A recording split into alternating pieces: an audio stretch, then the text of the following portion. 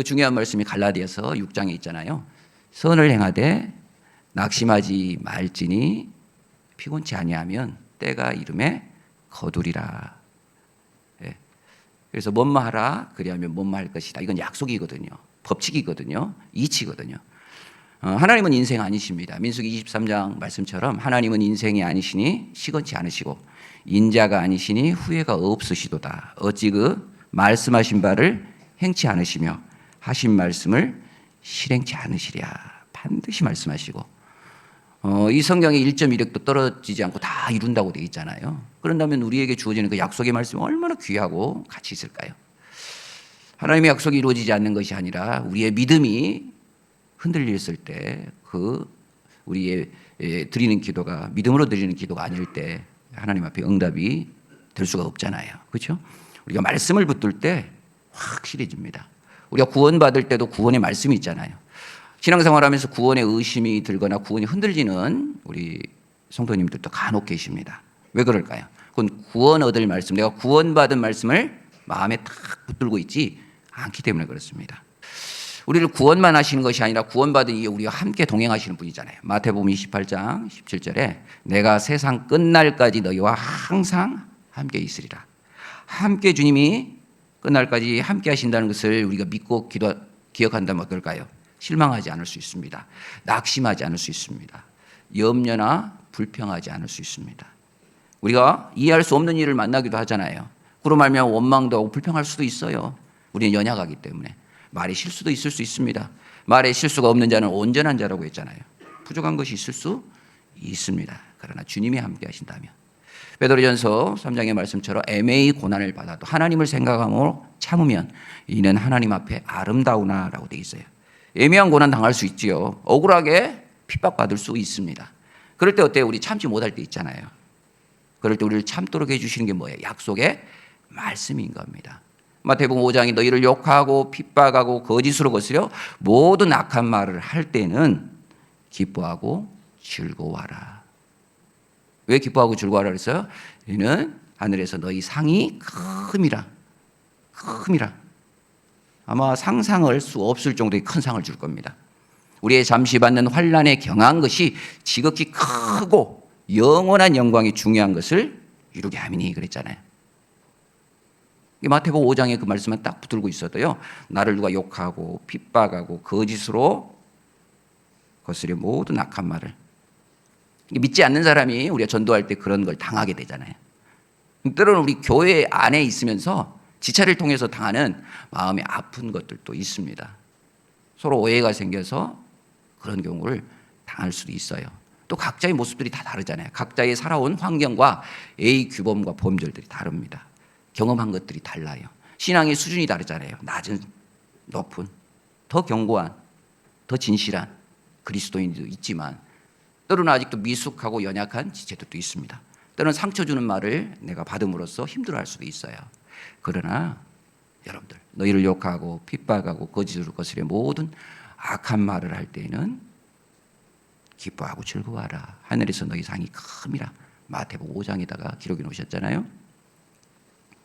그 하나의 말씀만 붙들고 있으면 문제에 걸리지 않을 수 있습니다. 원망하고 불평하지 않을 수 있어요. 구원받은 그리스도인이 어떤 말을 하느냐에 따라서 인생이 달라집니다. 구원받은 그리스도인이 어떤 약속의 말씀을 붙들고 믿음의 생활을 하느냐에 따라서 신앙이 완전히 달라지는 거예요. 믿음 있는 사람은 기뻐하는 사람입니다. 소원이 이루어질 것을 믿는 사람은 하나님이 이루어질 것을 믿으니까 기뻐할 거 아니에요. 기대할 거 아니에요. 그렇죠? 그럴 때 우리의 소원이 이루어지십니다. 여기 13절 너희 안에서 행하시는 이는 하나님이시니 자기의 기쁘신 뜻을 위하여 너희로 소원을 두고 행하게 하시느니 하나님의 기쁜 뜻을 두고 소원을 행한다 이렇게 있으니까 하나님의 소원이 곧 나의 소원이잖아요. 우리가 가족을 전도하고 친척을 전도하고 친구를 전도하고 이웃을 전도하는 것은 누구의 소원이 하나님의 소원인 거예요. 결국은 내가 품은 소원을 누가 이루어 주신다는 거예요. 내 안에서 일하시는 그 하나님이 이루어 주신다는 것을 믿으셔야 돼요. 나를 통해서 하나님이 일하시는 것을 믿을 때 역사가 나타나는 겁니다. 그런 사람은 어때요? 원망하거나 시비하지 않아요. 뭔가 애매한 고난을 당하러도 억울한 일을 당해도 시시비비를 가리지 않습니다. 원망하거나 불평하지 않아요. 왜? 하나님을 믿기 때문에 뭔가 하나님의 뜻이 있겠구나. 뭔가 하나님께서 계획하는 바가 있나 보다. 우리의 짧은 생각으로 다 이해할 수는 없지만 뭔가 하나님이 지금 계획하고 있어서 이렇게 일이 굽었나 보다. 그렇죠? 하나님께서 굽게 하신 것을 곱게 펼 수 있는 사람은 없습니다. 하나님 뭔가 굽은 길로 가게 하실 때는 이유가 있는 거예요. 우리의 믿음을 연단하고 단련하는 겁니다. 그 과정을 잘 견뎌내면 어때요? 하나님의 축복으로 반드시 인도해 주셔요. 가장 중요한 것은 내 안에서 일하고 계시는 분이 하나님이다.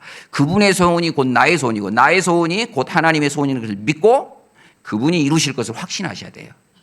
소원을 이루려면 믿는 겁니다. 믿는 거예요.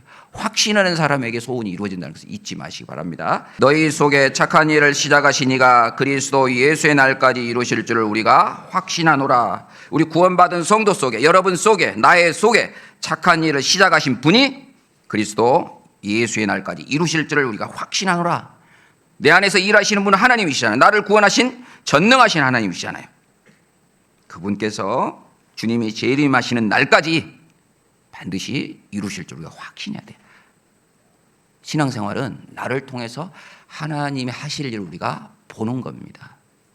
감사는요, 그걸 볼 수 있게 해주는 믿음의 눈이에요.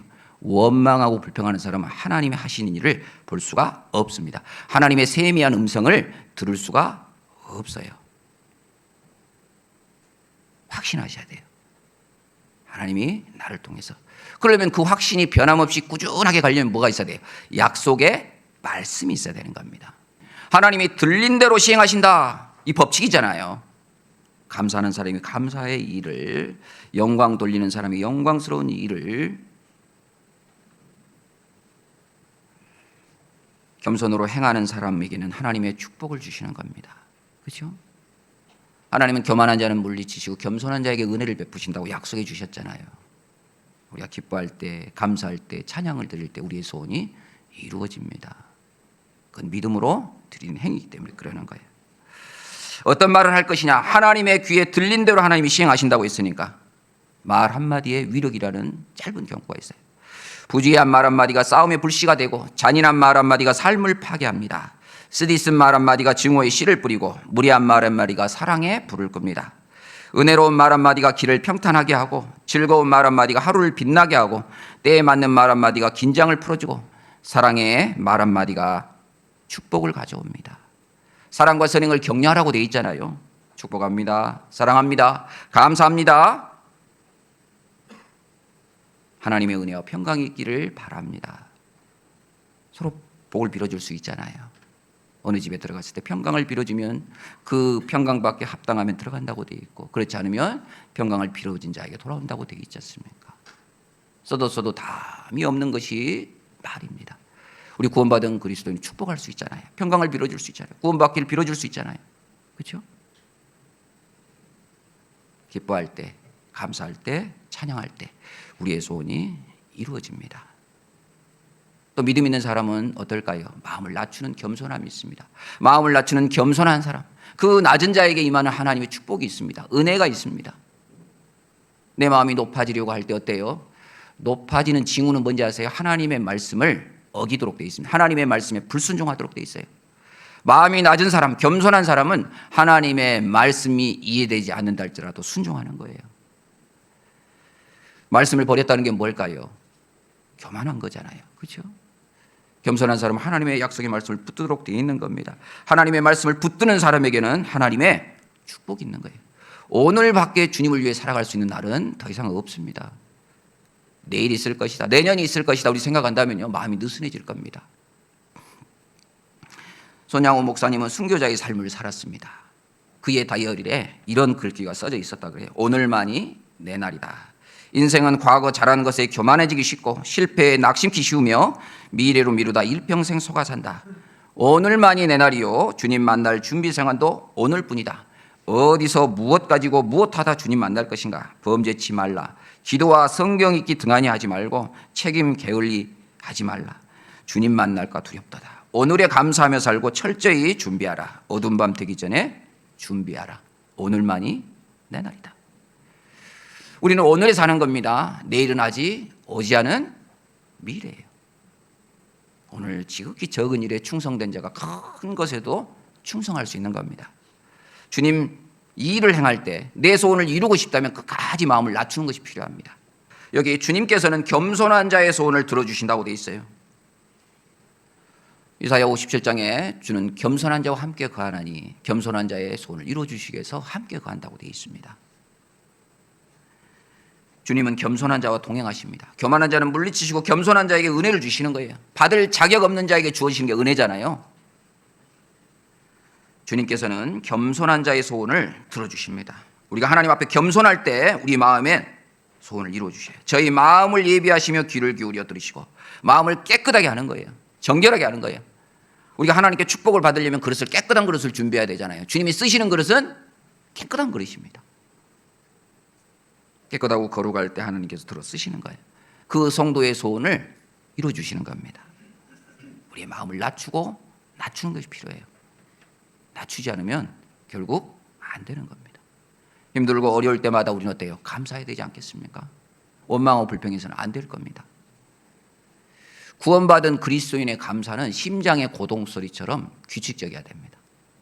그렇죠? 음식의 맛을 내는 게 소금이잖아요. 신앙생활의 활력과 힘을 주는 것이 뭐냐? 감사입니다. 마음을 낮추는 그 사람, 겸손한 사람이 감사할 수 있는 거예요. 마음이 높아져 있으면요, 가진 것이 많음에도 불구하고 원망하고 불평하게끔 되어 있습니다. 범사에 하나님 앞에 감사해야 됩니다. 범사에 하나님 앞에 마음을 낮추고 겸손해야 됩니다. 겸손할 때 하나님이 소원을 이루어 주시는 거예요. 겸손한 사람이 어때요? 참을 수 있는 겁니다. 겸손한 사람이 하나님 앞에 기도할 수 있잖아요. 자기의 연약함을 고백하는 게 겸손이잖아요. 나보다 남을 낮게 여기는 그 마음이 겸손이잖아요. 하나님을 인정하는 태도가 곧 겸손이잖아요. 겸손한 사람은 하나님을 찾고 부르짖을 수가 있는 겁니다.